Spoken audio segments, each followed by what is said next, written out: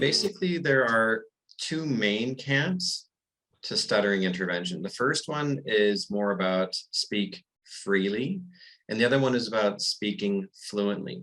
Now, the speak freely approach is really based on an acceptance therapy, where people who stutter learn to accept their stutter, and it's much more of a psychological approach. It's not so much about the techniques that one might use to learn how to speak fluently, while people who learn the speak fluently approach will do the opposite. It's much more on the motoric and the behavioral changes one needs to include in learning how to speak fluently. The speaking fluently approach has a much more neurological underpinning to it. So there's a lot of neurological sciences that have been investigated, also a lot of genetics that have been investigated to see which genes might be involved in stuttering, which processes within the brain might be involved in stuttering.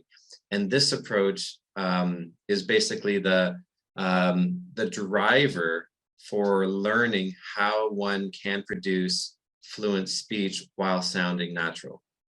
So when I was in school, I was trained and I learned mostly about acceptance and cognitive restructuring.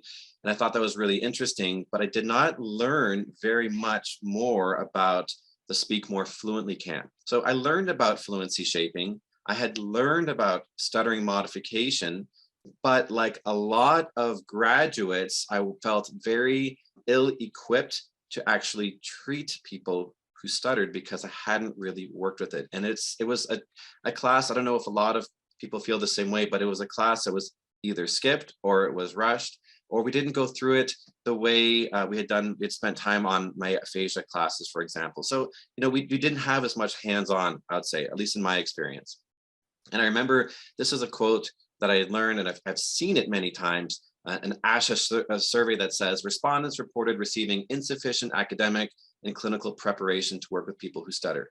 And I remember, I don't know if you guys feel this way, but I remember saying things like, oh, just slow down and, just try to relax. And I remember just infuriating people I worked with because they were trying to relax. They were trying to speak slow. And, with all their heart and will, things didn't work for a number of reasons. So according to ASHA, stuttering is described, or if you stutter, it's described as somebody who has repetitions of sounds, prolongations, and blocks. These are the three things that, according to ASHA, defines a person who stutters.